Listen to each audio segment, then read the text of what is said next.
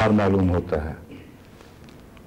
اور جو مقاصد اسلام کے ان آیات میں بیان ہوئے ہیں وہی مقاصد ہیں جو حضرت مسیح موعود علیہ الصلوۃ والسلام نے اپنی جماعت کے بیان فرمائے، اور بالآخر آخری تمنا کا جو اظہار فرمایا ہے وہ یہی ہے کہ یہ جماعت اور اس کے ماننے والے سب نور ہو جائیں، ایسا نور جو بلند جگہوں پہ رکھا جائے، ایسا نور جو دور دور تک دکھائی دے اور لوگ اس سے روشنی پائیں۔ جن آیات کی میں نے تلاوت کی ہے ان سے متعلق پہلے میں تفصیلی گفتگو کر چکا ہوں، لیکن کوئی بھی قرآن کریم کی آیت ایسی نہیں جس پر کوئی بات مکمل ہو سکی ہو یا ہو سکتی ہو، کیونکہ جب انسان آیات قرآن پر غور کرتا ہے کوئی نہ کوئی نیا مضمون اس میں سے ابھر آتا ہے، کوئی ایسا پہلو سامنے آ جاتا ہے جو پہلے سامنے نہیں تھا۔ ان آیات میں اللہ تعالیٰ نے حضرت اقدس محمد مصطفیٰ صلی اللہ علیہ وآلہ وسلم کے نور بننے کے ساتھ یہ ایک حقیقت بیان فرمائی ہے جو بہت ہی اہمیت رکھتی ہے کہ محمد پر آسمان سے نور نازل نہ ہوتا اگر وہ خود نور نہ ہوتا۔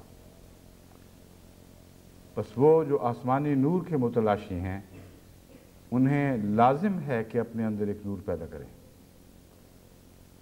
اور یہی وہ مضمون ہے جس کا تعلق اس آیت کریمہ سے ہے کہ متقیوں کے لیے ہدایت ہے، ھدی للمتقین، جن کا دل پاک اور صاف نہ ہو، جن کا دل خود ضمیر سے روشن نہ ہو، ان پر آسمان سے بھی کوئی نور نہیں اترا کرتا۔ اور آن حضرت صلی اللہ علیہ وآلہ وسلم سے متعلق یہ بات بیان فرما کر در حقیقت آپ کی فضیلت کی ایک اور وجہ ہمارے سامنے پیش فرما دی۔ تمام انبیاء پر آپ کو کیوں فضیلت ہوئی؟ ہر نبی پر نور ویسا ہی اترتا ہے جیسا اس کے دل میں ہو، اور جتنا بڑا نور انسان کے ضمیر سے اٹھتا ہے اتنا ہی عظیم الشان شعلہ نور آسمان سے اس پر اترتا ہے۔ بس حضرت محمد مصطفیٰ صلی اللہ علیہ وآلہ وسلم کا نور تمام نبیوں سے بڑھ کر تھا، تبھی اللہ تعالیٰ نے سب نبیوں سے روشن تر نور آپ پر اتارا، اور اس سے خدا تعالیٰ کی عطا کے اندر جو اندرونی ایک عدل پایا جاتا ہے اس پر روشنی پڑتی ہے۔ ملتا تو عطا سے ہے مگر عطا بھی عدل کی بنیاد پر قائم ہوتی ہے، اور جیسا کسی کا استحقاق ہو ویسا ہی اس کو عطا کیا جاتا ہے۔ بس اس میں کوئی شک نہیں کہ حضرت محمد رسول اللہ صلی اللہ علیہ وسلم پر خالصتاً اللہ کی عطا ہوئی، لیکن اللہ تعالیٰ اس عطا کی تفصیل بیان کرتے ہوئے فرماتا ہے کہ وہ خود ایک نور تھا، اور اس نور کے سے ملتا جلتا اس کے مطابق اس کی شایان شان، اس کی شان بڑھانے والا ایک اور نور آسمان سے اترا، تو وہ وجود نور علی نور بن گیا۔ پھر فرماتا ہے جیسے لوگ روشنی کی تلاش میں جن کے ہاں اندھیرا ہو بعض دفعہ دور دور چلے جاتے ہیں ڈھونڈنے کے لیے، کہیں کوئی بتی جل رہی ہو تو اس سے اپنا دیا روشن کر لیں۔ حضرت موسیٰ علیہ السلام نے بھی ایسا ہی کیا تھا، آگ کے بغیر بیٹھے ہوئے تھے، پہاڑی پر ایک روشنی دیکھی، اپنی زوجہ مبارکہ سے کہا کہ میں چلتا ہوں، شاید وہاں سے کوئی آگ کا شعلہ مل جائے تو ہم اپنا گھر بھی روشن کر دیں۔ چنانچہ اللہ تعالیٰ کا وہ نور آپ کو عطا ہوا جس کے لیے بلایا گیا تھا۔ حضرت محمد مصطفیٰ صلی اللہ علیہ وآلہ وسلم کا دل بھی ایک طور کے طور پر پیش ہو رہا ہے۔ فرماتا ہے وہاں تو ایک موسیٰ نے ہدایت پائی تھی اور پھر آگے جاری کی تھی، محمد مصطفیٰ کا دل ہی وہ طور ہے جس پر روشنی دیکھ کر نور تلاش کرنے والے اس کی طرف دوڑے چلے آتے ہیں، اور ان میں سے پھر اللہ انتخاب فرماتا ہے۔ ہر ایک کو یہ توفیق نہیں دیتا، یہد اللہ لنورہ من یشاء، پھر جس کو چاہتا ہے اس کو اس نور تک پہنچنے کی توفیق عطا فرماتا ہے، اور اس میں بھی اس کی صلاحیتیں دیکھتا ہے۔ پھر وہی آیت سامنے آ جاتی ہے کہ ہدی للمتقین، محمد مصطفیٰ صلی اللہ علیہ وآلہ وسلم کی رفتوں کو پہچاننے کے لیے کچھ اندرونی رفتیں بھی چاہیے. آپ کے نور سے نور حاصل کرنے کے لیے کچھ اندرونی صلاحیتیں درکار ہیں. بس اللہ تعالیٰ ہر شخص کو محمد رسول اللہ تک رہنمائی نہیں فرماتا، بلکہ اس کے دل کا نور ہے جو فیصلہ کن بنتا ہے. اس کے بعد پھر کیا ہوتا ہے؟ پھر فرماتا ہے یہ نور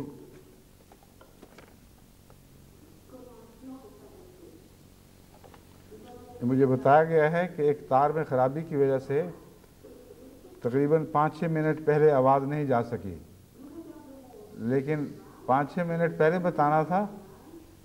اب وہ اتنی دیر بعد کیوں بتایا؟ اب میں سارا خطبہ وہاں سے دہراؤں یہ تو اب مناسب نہیں ہے، کافی وقت گزر چکا ہے. بہرحال آئندہ اگر آپ کے ہاں کیسٹ بن رہی ہو تو آئندہ اس خطبے کا پہلا حصہ پھر کسی وقت دکھا دینا اگلے جمعے میں.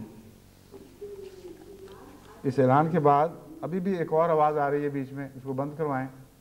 جو ترجمہ ہو رہا ہے شاید وہ یہاں بھی سنائی دے رہا ہے. ایک تار کی 2 تاروں کی خرابیاں ہیں.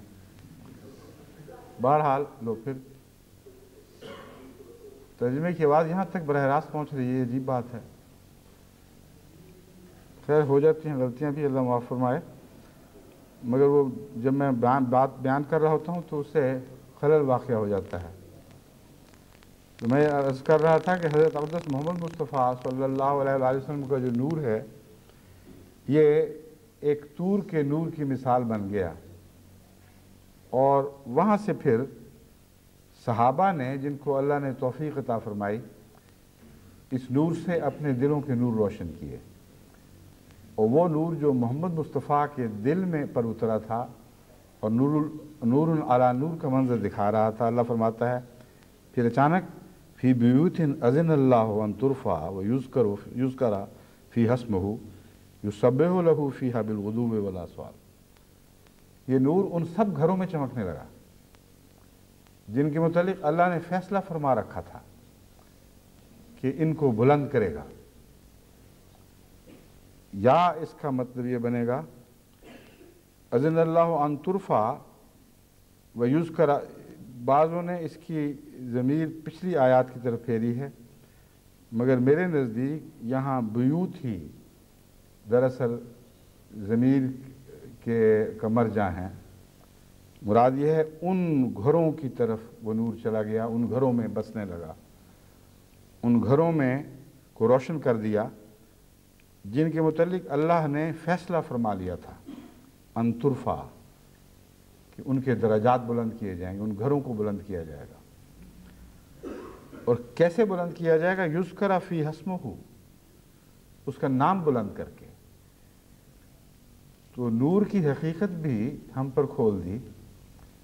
نور کی حقیقت ذکر الہی ہی ہے. جن گھروں میں ذکر الہی کی آوازیں بلند ہوتی ہوں وہاں خدا کا نور اترتا ہے اور ان گھروں کو بلند کر دیتا ہے، ان کو رفتیں عطا کر دیتا ہے. یسبح لہ فیہا بالغدو والآصال، اس میں وہ اللہ کی تسبیح کرتے ہیں صبحوں کے وقت بھی اور شاموں کے وقت بھی. وہ گھر ذکر الہی سے بھرے رہتے ہیں. اس مختصر تشریح کے بعد اب میں حضرت مسیح موعود علیہ الصلوۃ والسلام کی اس عبارت کی طرف آتا ہوں جو آج کے شائع ہونے والے انٹرنیشنل الفضل کے پہلے صفحے پر طبع ہوئی ہے. چونکہ یہ ایک مشکل عبارت ہے، اسے ٹھہر ٹھہر کر سمجھانا پڑے گا. عام اردو جاننے والے بھی اس عبارت کی گہرائی تک نہیں پہنچ سکتے، اور سرسری نظر سے تو کسی کو کچھ سمجھ نہیں آئے گی کہ کیا باتیں ہو رہی ہیں. اس لیے ضروری ہے کہ تفصیل کے ساتھ ٹھہر ٹھہر کر اس کا مضمون آپ پر واضح کیا جائے.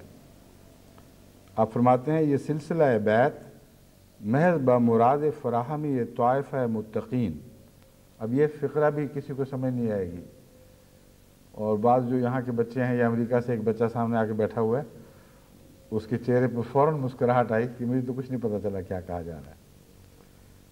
بہتوں کو نہیں پتہ چلے گا، کیونکہ اور بھی جو عام زبان کی باتیں ہیں وہ بھی گہرائی میں ہیں، اس لیے سطح سے وہ دکھائی نہیں دیں گی۔ فرماتے ہیں یہ بیعت کا سلسلہ جو ایک ایسی متقیوں کی جماعت اکٹھا کرنے کے لیے جاری فرمایا گیا ہے، جو ہمارا اصل مقصد ہے، یہ مراد ہے اس بات کی جو میں نے فقرہ پڑھا تھا، یعنی تقوی شعار لوگوں کی جماعت کے جمع کرنے کے لیے ہے۔ ترجمہ بھی ساتھ ہی مسیح موعود علیہ السلام نے فرما دیا، وہ لوگ جو متقی ہیں ان کو اکٹھا کرنے کے لیے یہ سلسلہ چلایا گیا ہے، تا ایسے متقیوں کا ایک بھاری گروہ دنیا پر اپنا نیک اثر ڈالے، تاکہ ایسے متقیوں کا ایک بڑا گروہ تمام دنیا پر اپنے نیک اثرات قائم کرے اور ان کی حالتیں بدلے، اور ان کا اتفاق اسلام کے لیے برکت و عظمت اور نتائج خیر کا موجب ہو۔ یہاں اتفاق کا لفظ ایسا ہے جس پر مزید غور کی ضرورت ہے۔ اتفاق کا تو سب کو سمجھ آ گیا ہو، اتفاق لفظ تو اکثر کو سمجھ آ گیا ہوگا، مگر اس کی اہمیت کتنی ہے؟ واقعہ یہ ہے کہ اگر الہی جماعتوں سے اتفاق اٹھ جائے تو ان کی تمام برکتیں جاتی رہتی ہیں، وہ جو ہوا بندی ہوتی ہے وہ جاتی رہتی ہے، دشمن پر ان کا رعب باقی نہیں رہتا، اور ان کے اندر تاثیر کی طاقتیں باقی نہیں رہتی۔ بس اگر مقصد یہ ہے کہ دنیا پر ان کی نیک صلاحیتیں اثر انداز ہو جائیں تو لازم ہے کہ جماعت ایک ہاتھ پر ایک مٹھی میں اکٹھی رہے۔ جہاں جہاں بھی جماعتوں میں اختلاف پیدا ہوتا ہے وہاں سے تمام برکتیں اٹھ جاتی ہیں، اور کئی مثالیں میں نے پہلے اس سے پیش کی ہیں، بعض خطبات اس موضوع پہ دیے، مگر بہت سے بد نصیب ہیں جو نہیں سمجھتے۔ حضرت مسیح موعود علیہ السلام نے بھی جماعت احمدیہ کی تمام برکات کو اتفاق سے وابستہ فرمایا ہے، اور یہ ایک ایسے عارف باللہ کا کلام ہے جسے خدا نے خود ہدایت دی ہے، جسے مہدی کہا جاتا ہے، جس کی ہدایت کی راہ آسان کرنے کے لیے آسمان سے دو گواہ ظاہر ہوئے جو پہلے کبھی کسی سچے کی حق میں ظاہر نہیں ہوئے تھے۔ تو حضرت مسیح موعود علیہ السلام ہدایت یافتہ ہیں، اللہ کے نور سے دیکھنے والے ہیں، آپ کے کلام کو غور سے پڑھنا، غور سے سننا اور غور سے سمجھنا چاہیے۔ ابھی بھی ایسی جماعتوں کے متعلق شکایتیں ملتی رہتی ہیں، اور عجیب بات ہے کہ دونوں طرف کے لوگ نہایت متقی بن کے مجھے خط لکھتے ہیں۔ ابھی جرمنی کی بعض جماعتوں کے متعلق امیر صاحب بیچاروں نے بڑی کوشش کی کہ کسی طرح اصلاح ہو جائے، لیکن وہ باز ہی نہیں آتے۔ کچھ سفلہ مزاج لوگ ایسے ہیں بیچ میں بیٹھے ہوئے جو ابھارتے رہتے ہیں اور ایک دوسرے کے خلاف الزامات، اور ہر ایک جو خط لکھتا ہے وہ ایسا متقی بن کے لکھتا ہے کہ انسان کہتا ہے کہ یہ تو بڑا امام بننے والا ہے، کہتا ہے دیکھو میرا دل کتنا صاف ہے۔ ایسے خبیث لوگ ہیں سامنے، ایسے گندے لوگ ہیں جو باز ہی نہیں آ رہے مجھ سے لڑنے سے، اور جواب میں وہ دوسرا لکھتا ہے، کہتا ہے دیکھیں ہم نے ہر بات تسلیم کر لی امیر صاحب کی، ہر اچھی بات کا اس بات میں جواب دیا، مگر یہ بدبخت جو ہیں یہ ٹھیک ہونے والے نہیں۔ جب تک ان کو اٹھا کر باہر نہ نکال دیا جائے اس وقت تک ہماری اصلاح ہو ہی نہیں سکتی۔ دونوں کے دلوں میں بدبختی ہے، یہ ہو ہی نہیں سکتا کہ اس طرح صرف ایک ہی کا قصور ہو اور اتنا لمبا عرصہ فساد چل جائے۔ جو لوگ ہیں وہ فسادوں پر غالب آ جایا کرتے ہیں، ان کا تقوی، ان کا انکسار بدیوں کو زائل کر دیتا ہے۔ اور حضرت اقدس مسیح موعود علیہ السلام نے جو اتفاق کا نسخہ پیش فرمایا ہے، اگر اس نسخے کو سامنے رکھیں تو ایک لمحہ بھی یہ لڑائی جاری نہیں رہ سکتی۔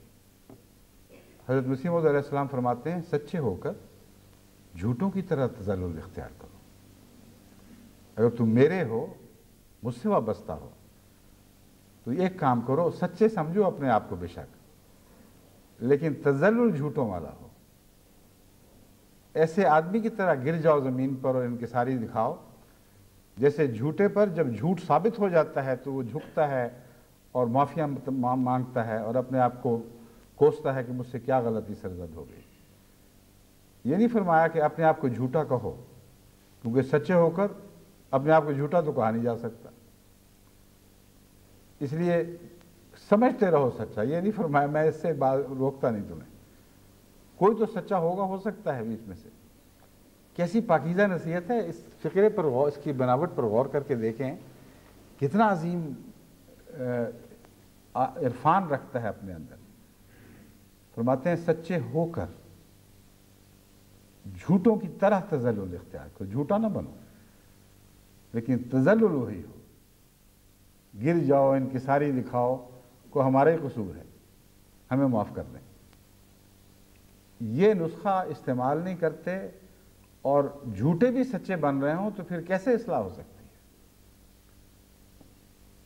جب جھوٹے سچے بنتے ہوں تو پھر کبھی جھگڑے طے نہیں ہوتے، اور وہ فریق دونوں جن میں تکبر پایا جاتا ہو، جن میں انانیت ہو، جو یہ سمجھتے ہوں کہ ہم اس کو نیچا دکھائیں گے تو دل ٹھنڈا ہوگا، ان کی آگ نہیں بجھتی، وہ آگ دوسرے سینوں کو بھی جلاتی ہے۔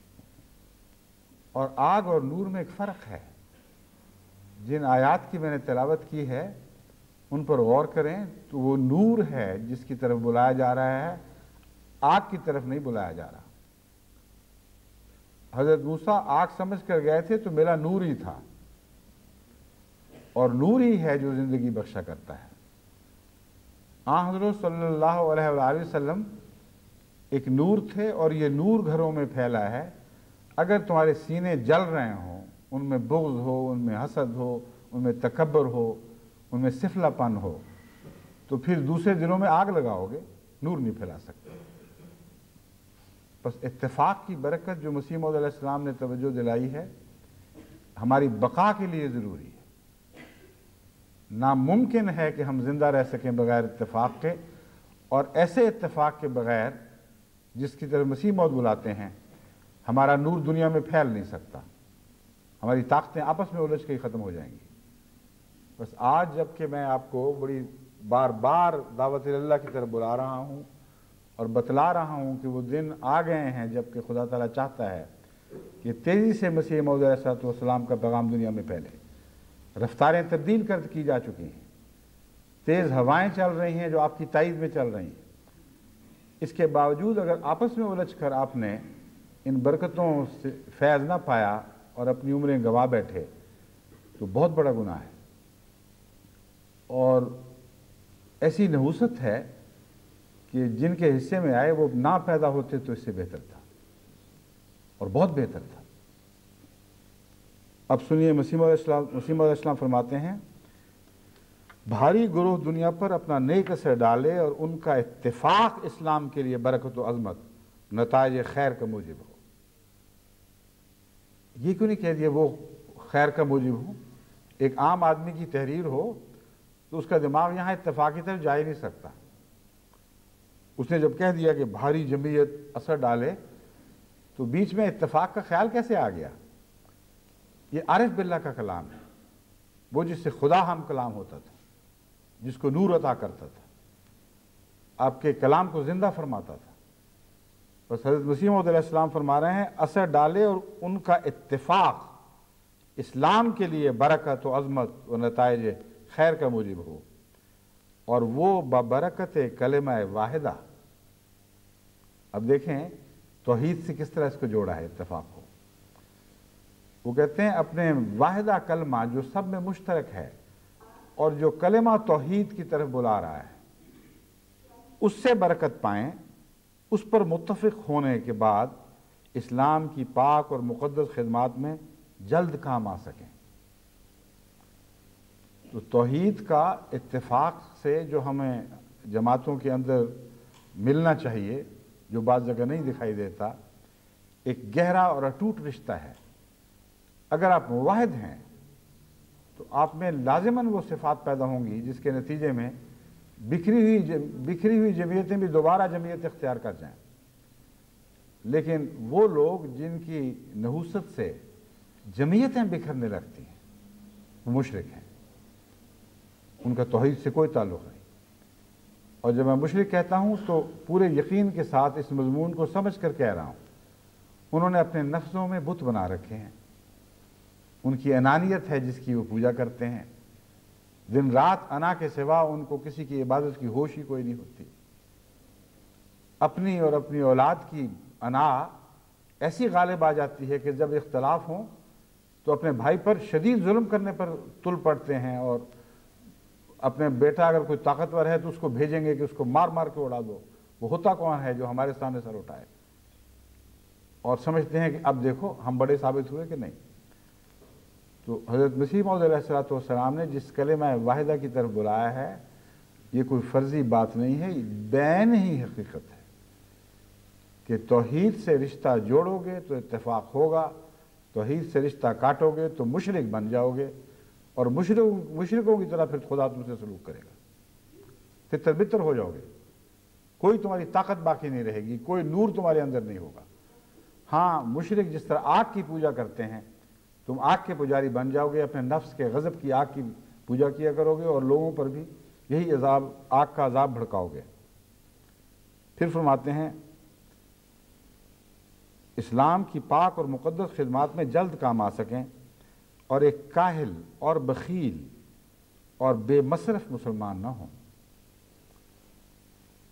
ایسے نہ ہوں جن میں سستی پائی جاتی ہو، جو بخل سے کام لینے والے ہوں اور بے مصرف ہوں، کوئی فائدہ ان کا نہ ہو، اور نہ نالائق لوگوں کی طرح جنہوں نے اپنے تفرقہ اور ناانصافی کی وجہ سے اسلام کو سخت نقصان پہنچایا ہے۔ امر واقعہ یہ ہے کہ اگر آپ تاریخ اسلام پر نظر ڈالیں تو اگر تفرقہ نہ ہوتا تو آج ناممکن تھا کہ اسلام کے سوا کوئی اور مذہب دنیا میں دکھائی دیتا۔ تمام ترقی کی رو اگر رکی ہے تو ہر قدم پر تفرقے کی وجہ سے رکی ہے۔ اگر جمعیتوں میں انتشار پیدا ہوا ہے تو ہر قدم پر اس تفرقے کے نتیجے میں پیدا ہوا ہے جو شرک سے پیدا ہوتا ہے۔ فرماتے ہیں ان کی طرح نہ ہو جاؤ جنہوں نے اپنے تفرقہ اور ناانصافی کی وجہ سے اسلام کو سخت نقصان پہنچایا ہے، اور اس کے خوبصورت چہرے کو اپنی فاسقانہ حالتوں سے داغ لگا دیا ہے۔ اب جو لڑنے والے لوگ ہیں وہ فاسق ہوتے ہیں، یہ بھی بتا دیا۔ وہ لوگ جن کے دل پھٹے ہوئے ہوتے ہیں، یہ ایک دوسرے سے جدا ہو جاتے ہیں اور ایک دوسرے سے جدا کرنے والی باتیں بد کرتے ہیں، ان کی زندگی پر غور کر کے دیکھ لو، بدعمل فاسق لوگ ہیں۔ اگر ان کا فسق دکھائی نہ بھی دیتا ہو تو ہیں وہ فاسق ہی، کیونکہ جو اندرونی طور پر اپنی عبادت ہی کرتا رہے اس سے بڑا فاسق اور کون ہو سکتا ہے۔ شرک اور فسق دراصل ایک ہی چیز کے دو نام ہیں۔ فرماتے ہیں اسلام کے چہرے پر داغ لگاتے ہیں۔ اب جہاں جہاں یہ واقعات ہوتے ہیں وہاں بعض دفعہ غیر احمدی مجھے لکھتے ہیں خط اور کہتے ہیں کہ جی یہ آپ کی جماعت ہے، کہتے ہیں ہم جماعت میں تو نہیں مگر جماعت سے ایک تعلق رکھتے تھے، ایک محبت اور احترام کا رشتہ تھا، مگر ان لوگوں کو دیکھیں، ان کے چہرے دیکھیں، ان کے کردار دیکھیں ہیں تو گھن آتی ہے، اور یقین نہیں آتا کہ جماعت احمدیہ کے ساتھ منسلک ہو کے ایسے لوگ بھی ہو سکتے ہیں۔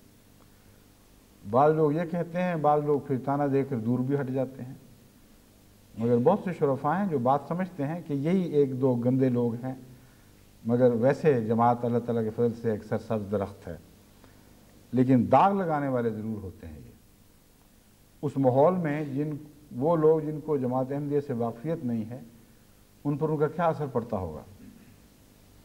ان لوگوں کا اثر نہ پڑنا ایک خیر اور برکت ہے، الحمدللہ کہ ان کا اثر نہیں پڑتا، ورنہ اگر یہ احمدی بنائیں گے تو کیسے منحوس چہروں والے احمدی بنائیں گے۔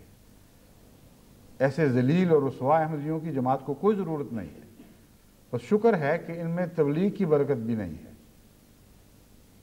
پھیلنے کی برکت سے محروم ہے، کیونکہ اگر بنائیں گے تو اپنے جیسے بنائیں گے۔ بس ایک بدکار آدمی کا اولاد سے محروم رہنا ہی بہتر ہے۔ حضرت نوح نے جو اللہ تعالیٰ سے کہ حضور التجا کی، اس میں ایک یہ بات بڑی حکمت کی بیان کی، کہ اے خدا ان سب کو اٹھا لے کیونکہ اب یہ فاسق اور فاجر جنیں گے. میں دیکھ چکا ہوں ان میں نیک لوگ جننے کی صلاحیت ہی باقی نہیں رہی. بس اس قوم کے زندہ رہنے کا کیا فائدہ جو آئندہ فاسق و فاجر نسلیں پیچھے چھوڑ کر جانے والی ہوں. تو کتنی پر حکمت دعا ہے. بس یہ بھی شکر ہے کہ جن جماعتوں میں اتفاق نہیں ہے وہاں سے تبلیغ کی برکت ویسے ہی اٹھ جاتی ہے، ورنہ اپنے جیسے ہی پیدا کریں. فاسقانہ حالتوں سے داغ لگا دیا، اور نہ ایسے غافل درویشوں اور گوشہ گزینوں کی ضرورت ہے. یعنی نہ ایسے غافل درویشوں اور گوشہ گزینوں کی طرح جن کو اسلامی ضرورتوں کی کچھ بھی خبر نہیں اور اپنے بھائیوں کی ہمدردی سے کچھ غرض نہیں ہے. کہتے نہ تو مجھے اس قسم کے کاہل اور بدعمال اور فاسق فاجر چاہیے جو افتراق پیدا کر دیتے ہیں اور ہر طرف بغض پھیلا دیتے ہیں اور ان کے اندر نشو و نما کی طاقتیں ختم ہو جاتی ہیں. کہتے نہ مجھے ایسے نیک لوگ چاہیے جو گوشوں میں موج مار کے بیٹھ جائیں اور دنیا کی بھلائی سے، دنیا کی خیر و شر سے بالکل تعلق کاٹ لیں. ان کا ہونا نہ ہونا برابر ہے. اگر وہ نیک ہوں گے تو اپنے گھر میں اپنے لیے ہوں گے، اسلام کو کیا فائدہ ان سے پہنچ سکتا ہے. بس فرماتے ہیں مجھے ایسے بھی نہیں چاہیے، مجھے مجاہد مراد یہ ہے، مجاہد میدان عمل میں نکل جانے والے لوگ چاہیے، نکل کھڑے ہونے والے لوگ چاہیے. فرماتے ہیں اور بنی نوع کی بھلائی کے لیے وہ کچھ جوش نہیں رکھتے، بلکہ وہ ایسے قوم کے ہمدرد ہوں. یعنی کیا چاہتے ہیں؟ فرماتے ہیں بلکہ وہ ایسے قوم کے ہمدرد ہوں کہ غریبوں کی پناہ ہو جاویں. یہاں غریبوں کے ساتھ کوئی مذہب بیان نہیں فرمایا. ہر غریب کا ایک ہی مذہب ہے، وہ غربت ہے. وہ فرمایا وہ غریبوں کی پناہ ہو جائیں.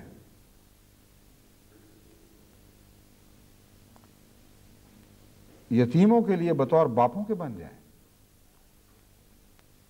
اور اسلامی کاموں کے انجام دینے کے لیے عاشق زار کی طرح فدا ہونے کو تیار ہو. جو شخص غریبوں کا ہوتا ہے اور یتیموں کا درد رکھتا ہے وہی اعلیٰ قدروں کے لیے قربانی کا مادہ رکھتا ہے. یاد رکھیں حضرت مسیح موعود علیہ السلام نے یہ دو الگ الگ باتیں اتفاقاً بیان نہیں فرمائیں. وہ دل جو غریبوں کی ہمدردی سے آ رہی ہے، وہ دل جسے یتیم کا دکھ محسوس نہیں ہوتا، وہ خدا کے کاموں پر فدا ہونے کی کوئی صلاحیت نہیں رکھتا. فدائیت کے لیے دردمندی چاہیے. پہلے دل گداختہ پیدا کرے کوئی، پھر اسے توفیق ملتی ہے کہ اعلیٰ قدروں کے لیے وہ قربانیاں پیش کرے. تو فرمایا جو دنیا میں قربانیوں کا مادہ ہی نہیں رکھتا، جسے پتہ ہی نہیں کہ دکھ ہوتے کیا ہیں اور ان میں شریک ہونے کے لیے اس میں بے قرار طلب نہیں پائی جاتی، اس نے خدا کے کیا کام آنا ہے. بہت ہی عظیم تحریر ہے. اس کا ایک ایک لفظ آسمان سے کے نور سے لکھا گیا ہے.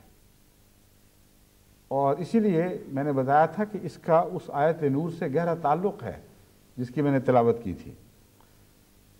فرماتے ہیں کہ غریبوں کی پناہ ہو جائیں، یتیموں کے لیے بطور باپوں کے بن جائیں اور اسلامی کاموں کے انجام دینے کے لیے عاشق زار کی طرح فدا ہونے کو تیار ہوں، اور تمام تر کوشش اس بات کے لیے کریں کہ ان کی عام برکات دنیا میں پھیلیں اور محبت الہی اور ہمدردی بندگان خدا کا پاک چشمہ ہر یک دل سے نکل کر ایک جگہ اکٹھا ہو کر ایک دریا کی صورت میں بہتا ہوا نظر آوے. اب یہ عبارت بظاہر عام لفظوں کی ہے، کوئی بہت مشکل لفظ نہیں ہے، لیکن سمجھائے بغیر سمجھ نہیں آئے گی. فرماتے ہیں اور تمام تر کوشش اس بات کے لیے کریں کہ ان کی عام برکات دنیا میں پھیلیں، ان کی برکتیں دنیا میں پھیلیں. یہ تو صاف بات ہے، ہر ایک کو سمجھ آتی ہے. جس میں برکتیں ہیں وہ پھیلیں گی، لیکن کچھ ایک شرط لگائی گئی ہے آخر پر جو بہت ہی قابل غور ہے. اور محبت الہی اور ہمدردی بندگان خدا کا پاک چشمہ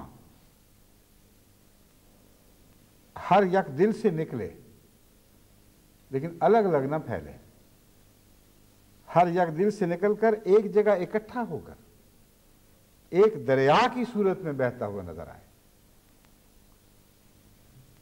یعنی اب یہ وقت نہیں ہے جب خدا تعالیٰ دوبارہ دنیا میں اتحاد پیدا کیا کرتا ہے اور الہی جماعتیں بنایا کرتا ہے تو انفرادی نیکیاں پھر کام نہیں آتی ہیں اور بے معنی ہو جاتی ہیں۔ اگر ہر چشمہ جو پہاڑوں سے پھوٹتا ہے وہ الگ الگ راستے بنا لے اور مل کر ایک دریا کی صورت اختیار نہ کرے تو اس کا فیض دنیا میں پھیل ہی نہیں سکتا، اس میں وہ عظمت پیدا نہیں ہو سکتی۔ وہ بڑے بڑے عظیم کام جو دریا کر کے دکھاتے ہیں وہ ایسے چھوٹے چھوٹے چشمے کبھی بھی دکھا نہیں سکتے۔ جو پہاڑوں کے چھاتیاں چیری ہیں دریاؤں نے اور عظیم وادیاں پیدا کی ہیں اور انسانی فائدے کی اور انسانی بقا کے بہت سے فائدے کہنا چاہیے ان دریاؤں سے وابستہ ہیں، اگر یہ اکٹھے نہ ہوتے تو وہ فائدے پہنچ ہی نہیں سکتے تھے۔ بس مسیح موعود علیہ السلام فرما رہے ہیں کہ برکتیں تو پھیلیں گی، یہ نہ سمجھ لینا کہ تم نیک ہو تمہاری برکتیں پھیل رہی ہیں بس کافی ہے۔ آج اسلام کو ایک اجتماع کی ضرورت ہے، اور مثال کیسی پاک دی ہے، دلوں سے محبت کے چشمے پھوٹیں گے تو صحیح، وہ تو نہیں رکتے، لیکن اگر الگ الگ رہے تو ان کا کوئی فائدہ نہیں ہوگا۔ فرماتے ہیں میں جو تصور لیے بیٹھا ہوں وہ یہ ہے کہ پاک چشمہ ہر یک دل سے نکل کر ایک جگہ اکٹھا ہو کر ایک دریا کی صورت میں بہتا ہوا نظر آوے۔ بس یہ وہ دریا ہے جو حضرت مسیح موعود علیہ السلام نے بہایا ہے، اور یہ وہی دریا ہے جس کی طرف اشارہ کرتے ہوئے فرماتے ہیں کہ این چشم رواں کے بخلق خدا دے ہم یا قطرے ز بحر کمال محمد۔ حضرت محمد مصطفیٰ صلی اللہ علیہ وآلہ وسلم کی جاری کردہ فیوز کا ایک قطرہ تھا جو دریا بنایا گیا ہے۔ ایک قطرہ اس کے فضل نے دریا بنا دیا۔ بس قطروں سے بات نہیں بنے گی اگر وہ الگ الگ ہی برستے رہیں، ان قطروں کا دریا بننا ضروری ہے، اور اس کا یہی طریق ہے جو حضرت مسیح موعود علیہ السلام جماعت کے سامنے رکھ رہے ہیں۔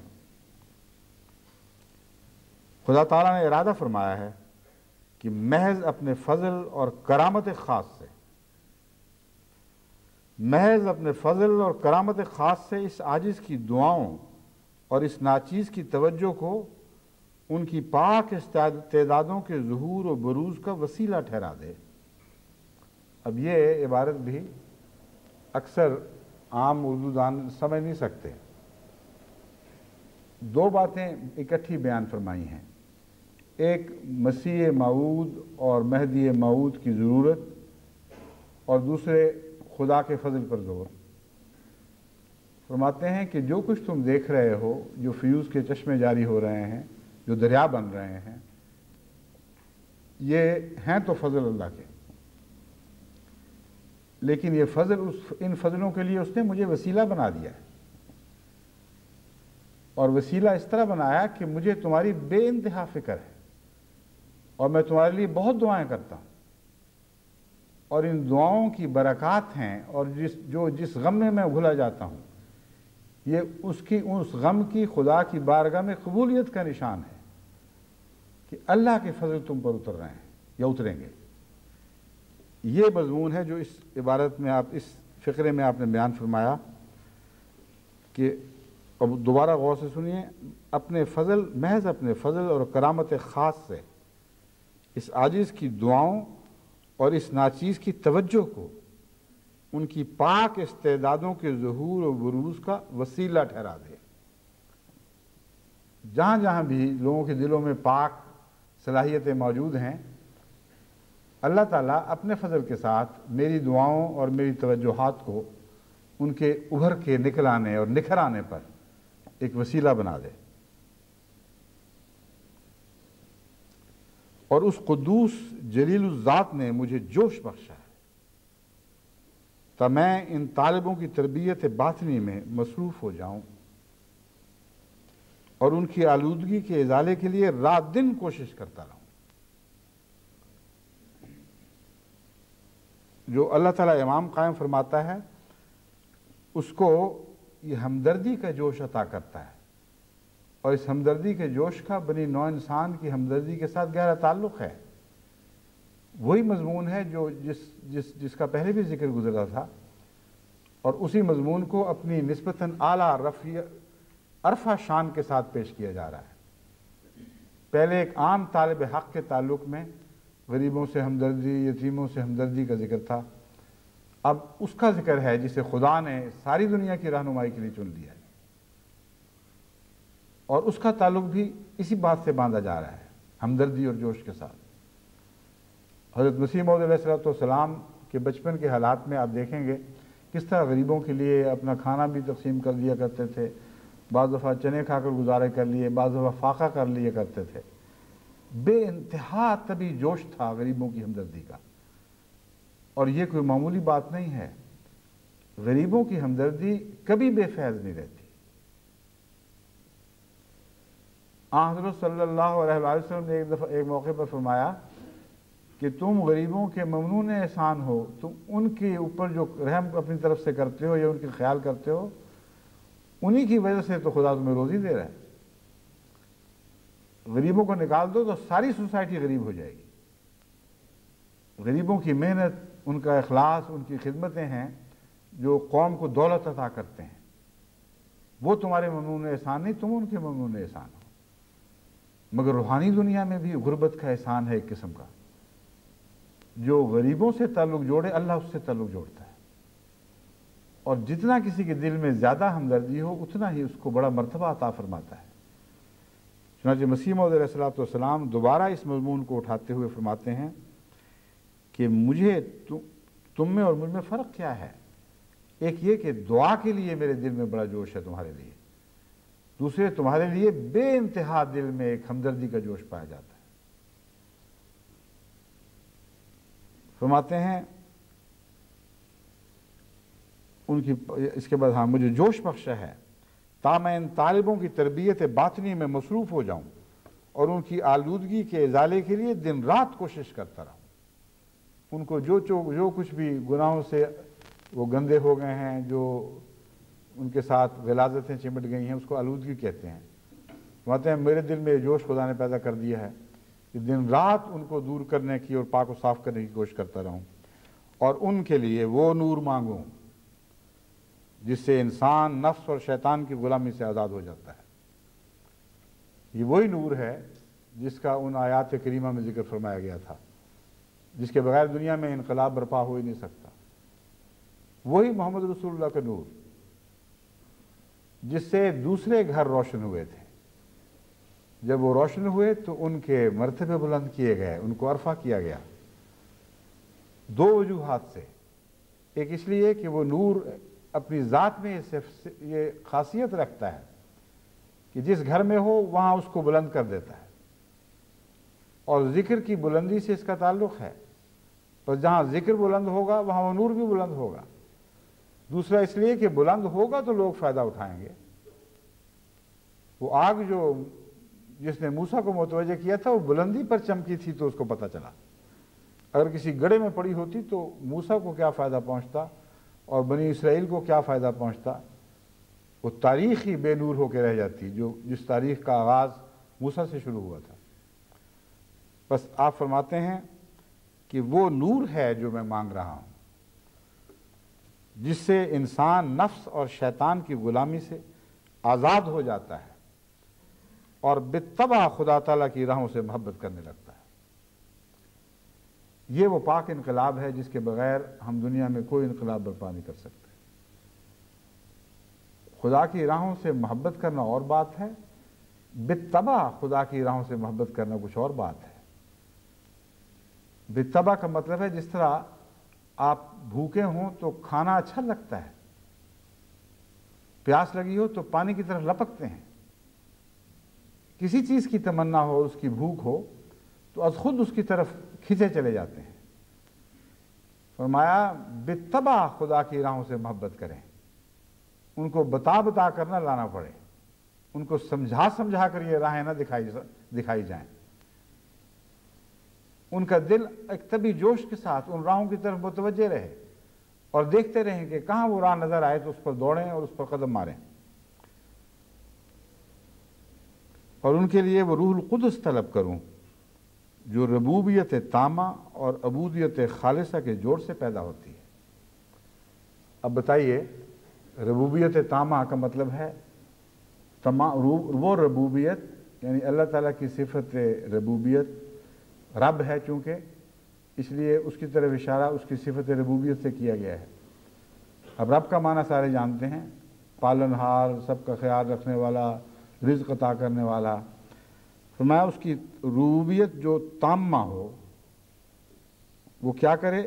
عبودیت خالصہ کے جوڑ سے پیدا ہوتی ہے۔ کیا چیز؟ روح القدس۔ اب روح القدس کا نام آپ نے سنا ہوا، ایک فرشتہ جو جبرائیل کہلاتا ہے، حضرت جبرائیل علیہ السلام بھی کہتے ہیں، ان کو روح القدس کے نام سے ہی دماغ اس طرف چلا جاتا ہے، لیکن ایک روح القدس ہے جو دل سے پیدا ہوتی ہے۔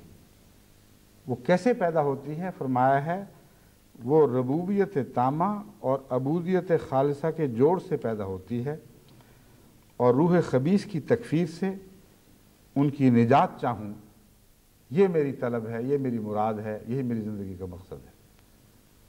اب بتائیے پھر بھی کیا سمجھے ہیں؟ مطلب ہے اب یہ نہ بتائیں جو میں بولنا مناسب نہیں، ایک محاورہ ہے جو میں کہہ رہا ہوں، غور کریں تو اکثر لوگوں کو سمجھ نہیں آئے گی کہ کیسے ہوگی یہ ربوبیت کیا ہے، اور ربوبیت تامہ کیا چیز ہے، اور پھر عبودیت خالصہ کیا چیز ہے۔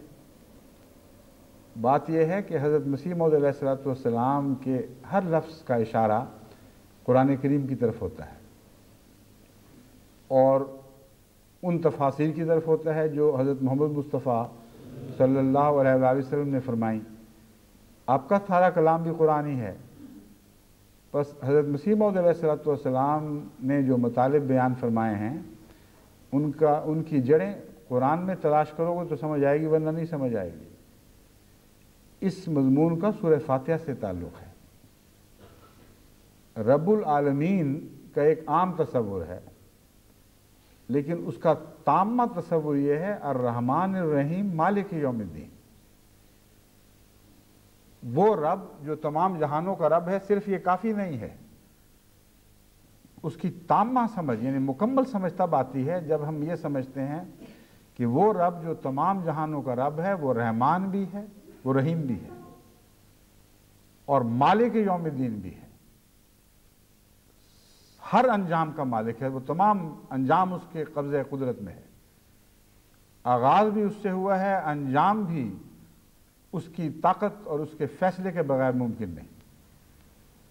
اور ان دونوں کے درمیان جو رب ہمیں ادنا سے اعلیٰ کی طرف حرکت کر کے لے جا رہا ہے، اس کی صفات ہیں، وہ رحمان بہت ہے، بڑی رحم کرنے والا ہے، ہماری غفلتوں سے بار بار درگزر فرماتا ہے، اور رحیم ہے جو بار بار فضل لے کر آتا ہے، بار بار ہمیں رحمت عطا فرماتا ہے۔ یہ رحمت تامہ ہے۔ تو عبودیت خالصہ کیا ہوئی؟ ایاک نعبدو، اے ہمارے رب صرف تجھ کو چاہتے ہیں۔ خالص کا مطلب ہے جو اور کسی کی نہ ہو، صرف ایک کی ہو جائے۔ تو فرمایا روح القدس ان دو کے جوڑ سے پیدا ہوتی ہے۔ جب تم ایاک نعبدو کہو گے اور ذہن میں وہ ربوبیت تامہ ہوگی جس کا تعارف سورہ فاتحہ کروا رہی ہے، رب العالمین جو رحمان ہے، جو رحیم ہے، جو مالک یوم الدین ہے، تو پھر دیکھو تمہارے نفس سے ان دونوں کے ملنے سے کیسی روح ہے، وہ پاک روح پیدا ہوتی ہے جسے روح القدس کہا جاتا ہے۔ اور آگے پھر اس مضمون کو اسی طرح بڑھاتے ہیں، فرماتے ہیں اور روح خبیث کی تکفیر سے ان کی نجات چاہوں جو نفس امارہ اور شیطان کے تعلق شدید سے جنم لیتی ہے۔ اب سورہ فاتحہ جب آپ کو کہتی ہے کہ ایاک نعبدو کی دعا کرو، اپنی عبادت کو خدا کے لیے خالص کر لو، یہ عبادت خالصہ ہو گئی۔ اس کے نتیجے میں سب سے پہلی کیا چیز ادا ہوتی ہے؟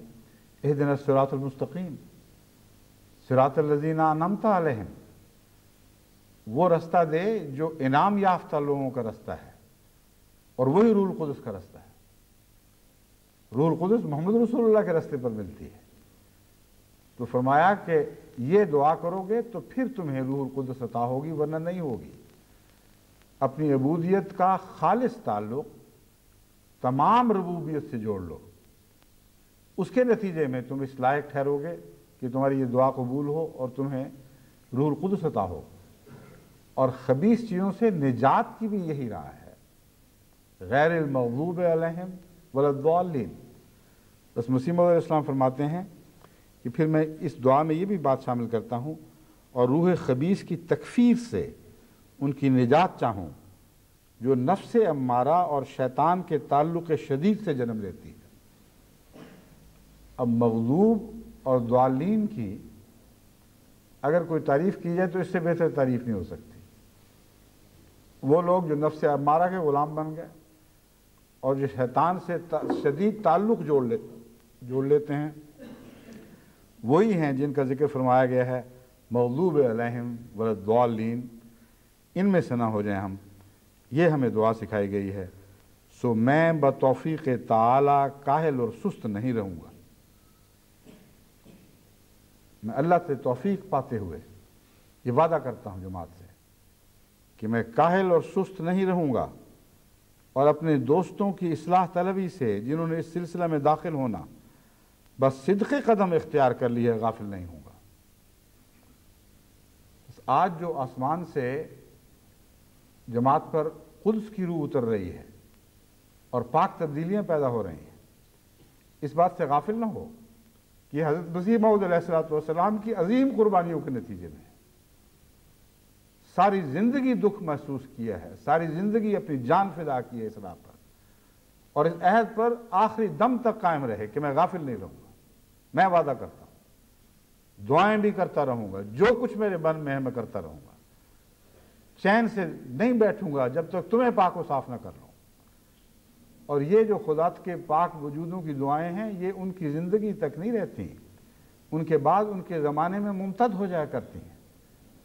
بس جتنے بھی فیض آج نازل ہوں یا کل نازل ہوں گے، ان کا گہرا تعلق اس امام برحق سے ہے جسے حضرت اقدس محمد مصطفیٰ صلی اللہ علیہ وآلہ وسلم کی مقبول دعاؤں نے پیدا کیا۔ یعنی اللہ نے آپ کی دعاؤں کو قبول فرما کر آپ کو امام مہدی کی خوشخبری دی، جس کے 2 نشان آج سے 100 سال پہلے دکھائے گئے تھے۔ فرماتے ہیں میں ایسا نہیں ہوں جو غفلت سے ان باتوں کو چھوڑ دوں، مگر جنہوں نے اس سلسلہ میں داخل ہونا بس صدق قدم اختیار کر لیا ہے، میری دعائیں ان کے کام آئیں گی۔ اب یہ بھی مضمون ایسا ہے جو حضرت مسیح موعود علیہ السلام کی صداقت کا عظیم نشان ہے۔ یوں لگتا ہے یہ شمع پکڑی ہوئی ہیں اپنے حق میں گواہی دینے والی۔ انسان صمیم قلب کہا کرتا ہے عموماً کہ جنہوں نے صمیم قلب سے مجھے اختیار کر لیا ہے، مگر حضرت مسیح موعود علیہ السلام کیا فرما رہے ہیں؟ صدق قدم سے اختیار کیا ہے۔ اب صدق قدم کا ذکر قرآن کریم میں اللہ تعالیٰ فرماتا ہے وَبَشِّرِ الَّذِينَ آمَنُوا أَنَّ لَهُمْ قَدَمَ صِدْقٍ عِندَ رَبِّهِمْ، اور وہ لوگ جو ایمان لائے ہیں ان کو خوشخبری دو خدا تعالیٰ کی طرف سے، ان کے رب کی طرف سے، کہ ان کے لیے قدم صدق ہے ان کے رب کے نزدیک۔ ان لہم نے یہ بتایا ہے کہ اس لیے خدا کو وہ پیارے ہیں کہ وہ قدم صدق رکھتے ہیں، صرف ایمان کی وجہ سے نہیں۔ وہ لوگ جو ایمان لائے ہیں ان کو خدا کی طرف سے خوشخبری اس لیے ہے ان لہم قدم صدق، اس کا یہ مطلب ہی بن رہا ہے جس کی طرف میں خصوصیت سے اشارہ کرنا چاہتا ہوں کہ خالی ایمان کی وجہ سے نہیں، خدا کو جو ان کی ادا پسند آئی ہے وہ یہ ہے کہ ایمان لے آئے اور پھر قدم صدق اختیار کیا۔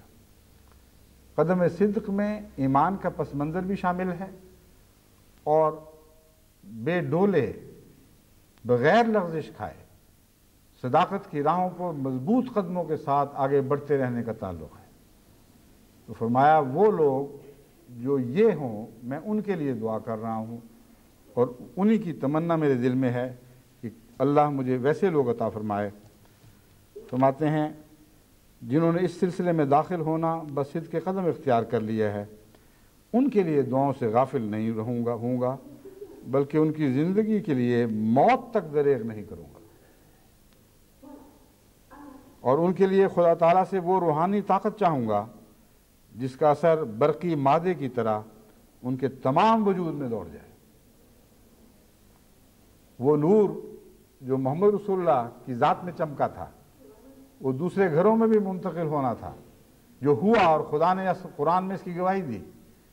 وہی زبان، وہی آسمانی زبان ہے جو مسیح موعود علیہ السلام استعمال فرما رہے ہیں۔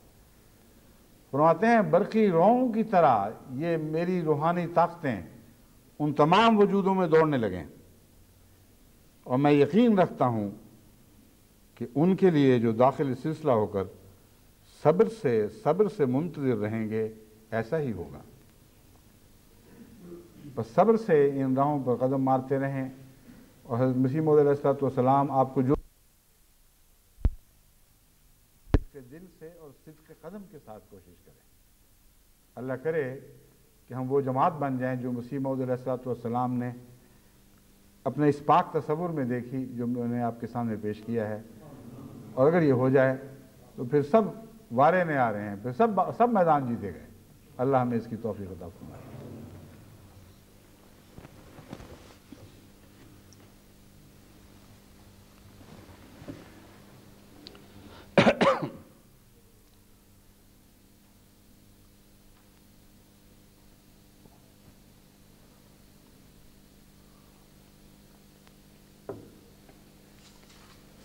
الحمد لله نحمده ونستعينه ونستغفره ونؤمن به ونتوكل عليه ونعوذ بالله من شرور أنفسنا ومن سيئات أعمالنا من يهده الله فلا مضل له ومن يضلله فلا هادي له ونشهد أن لا إله إلا الله وحده لا شريك له ونشهد أن محمدا عبده ورسوله عباد الله رحمكم الله إن الله يأمر بالعدل والإحسان وإيتاء ذي القربى وينهى عن الفحشاء والمنكر والبغي يعظكم لعلكم تذكرون اذكروا الله يذكركم وادعوه يستجب لكم ولذكر الله أكبر